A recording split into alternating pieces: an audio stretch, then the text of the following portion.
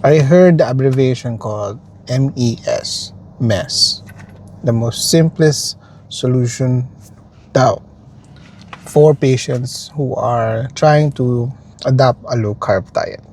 Ganito, meat, eggs, seafood. Reading natin, meat, eggs, seafood. Meat, eggs, and seafood. Okay, the tatlong yon, pag nakita mo, wow, taas ng protein levels nito.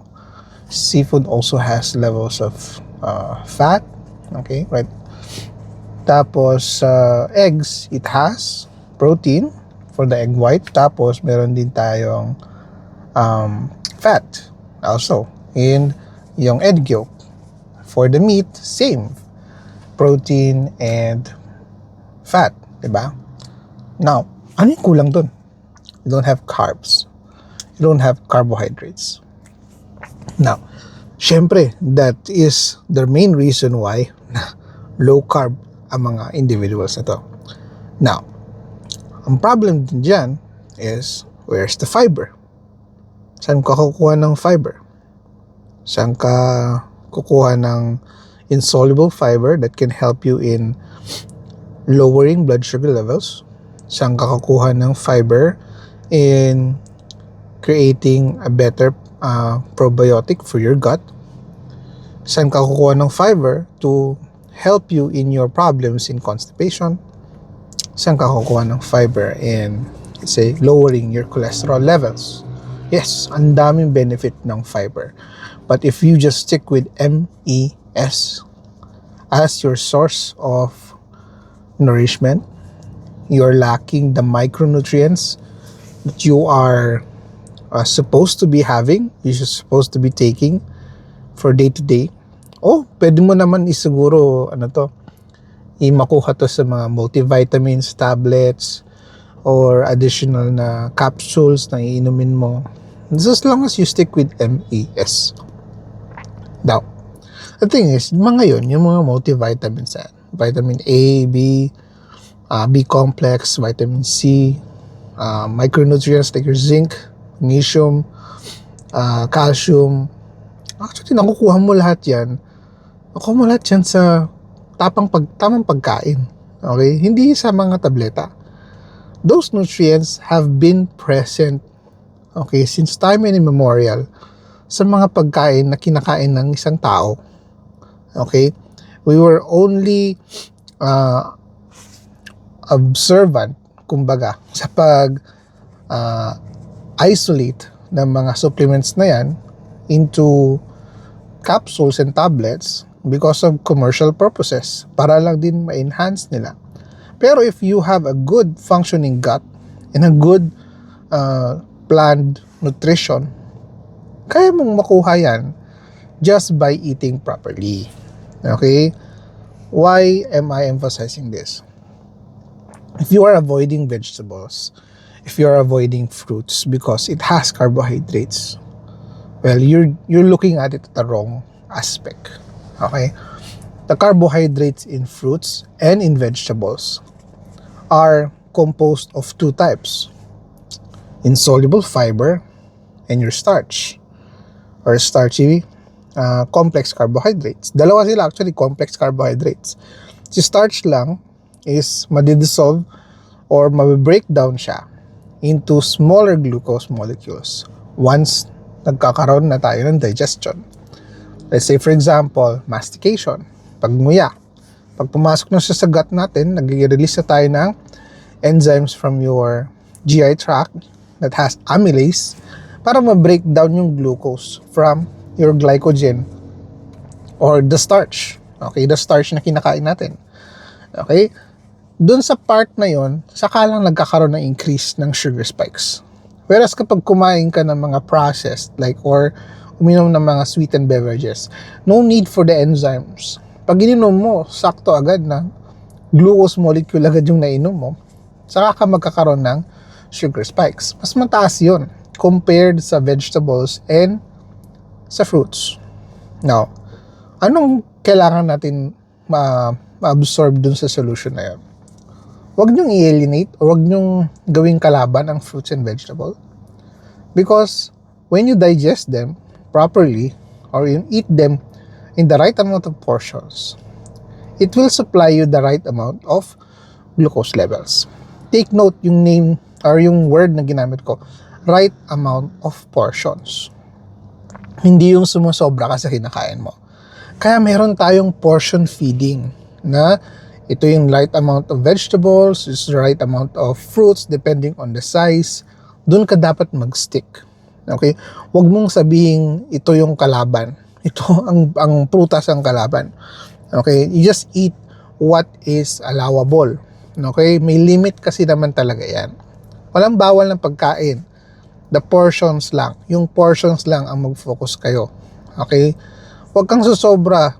Yun lang kailangan natin para makain mo yung food na kinaktatakaban mo. Let's say, watermelon. There's a right amount of portion. For a large fruit, di ba, it should be at least one slice. At least, the thickness should be at least 1 inch. Di ba, per serving. Pag medium-sized fruit, like an apple, 1 apple. That would be the only serving. Banana, isa lang. For small fruits, grapes, lanzones, 6 pieces. 6 pieces or less. Doon lang naman yung portions natin. Pag sumusobra na kayo sa portions, doon na tayo magkakaproblema. Pero if you're sticking with those portions, okay, you're on the safe side.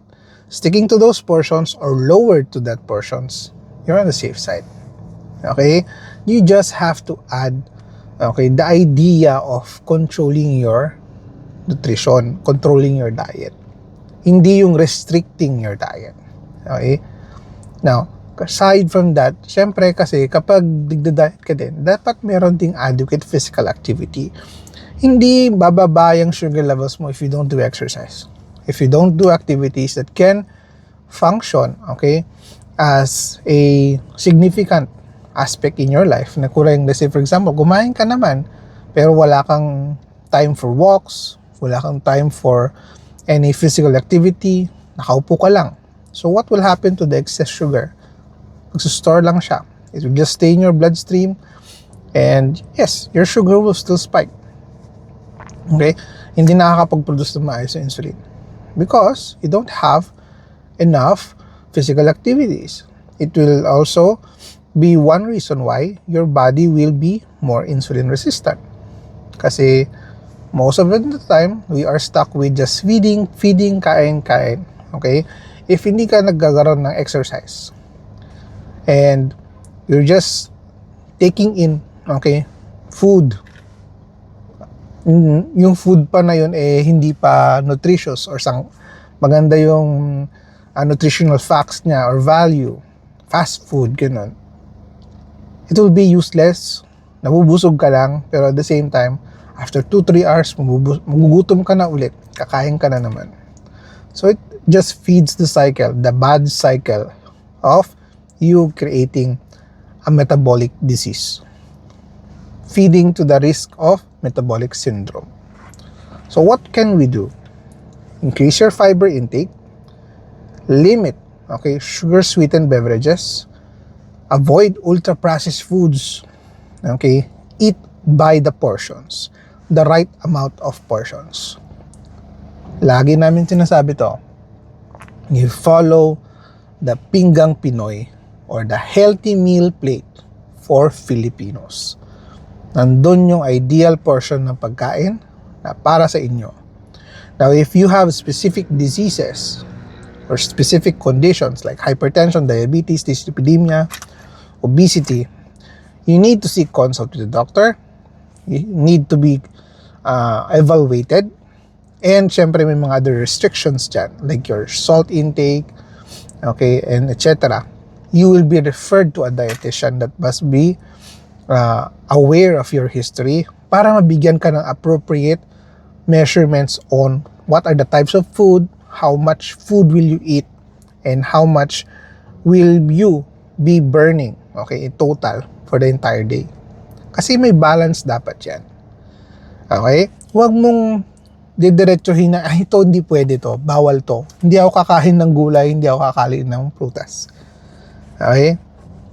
If you're just trying to kumbaga consult or just trying to manage a patient on your own without other multidisciplinary care teams like a dietitian, a physical therapist, or a exercise specialist, ganun, or without a lifestyle specialist, ganun. Kung wala sila, medyo you'll just be managing a patient in the dark. Okay, lalo na kung let's say medyo mas advanced na yung type of metabolic conditions niya. Okay? So, for doctors, general practitioners, even specialists, mas maganda pa rin na you have to provide a multidisciplinary care on certain metabolic diseases or lifestyle diseases moving forward para lang din maiwasan natin mag-provide ng, well, lack of evidence related na advice. Okay? Kasi if we just stick to wag kang kakain ng ganito, wag kang gagayin ng ganito. Okay? Or limitahan mo to, bawal ito. Lahat puro negative prescriptions eh. Ang mangyayari lang sa pasyente, he or she will feel down or he might even go to depression sa nangyayari ito kasi wala akong pwedeng kainin. Okay? So it's important that you also be the doctor that will provide positive prescription. Things that you can offer is ano yung pwede niyang kainin, ano yung mga pwede niyang i-adjust. That's why there should be a appropriate dietary prescription. Okay? Sa dietary prescription, same link din sa exercise prescription, the frequency, the amount, the timing, and even the portion count or how often will you eat this for the next 3 months. Okay, ganoon yung ginagawa ng mga dietitians and even your lifestyle medicine specialist. Okay? Hindi yung basta puro lahat bawal. Okay? Sa mga nagsasabi na babawalan ko ang pasyente ko na kumain ng prutas at saka gulay kasi pwedeng makataas ng sugar, siguro hindi yung tamang statement to give to your patients. It's better to provide positive reinforcement and adjust the things that they know about their diet. Okay? I-adjust nyo. Yun yung pinakamadali at receptive for the patients. Hindi sila matatakot the more na mas maengganyo silang magbago kasi you are after things that are already there sa diet nila and you want to improve for moving forward. Okay? So, hanggang doon lang naman. And guys, if you are patients with hypertension, diabetes, dyslipidemia, obesity, ask your doctor, ano yung mga pwede kong kainin? Huwag niyong tatanungin na ano yung bawal sa akin. Okay, look for things that will uplift you, will motivate you. Kasi if you start with the question na bawal, it will just drag you down to a feeling na parang wala na akong pwedeng kainin in the end. Okay? There are doctors there who will still provide you a positive prescription on diet. So you just have to know who they are. Okay? Again, this is Doc Chris, your online family doctor, making medicine easy for you to have a healthy life.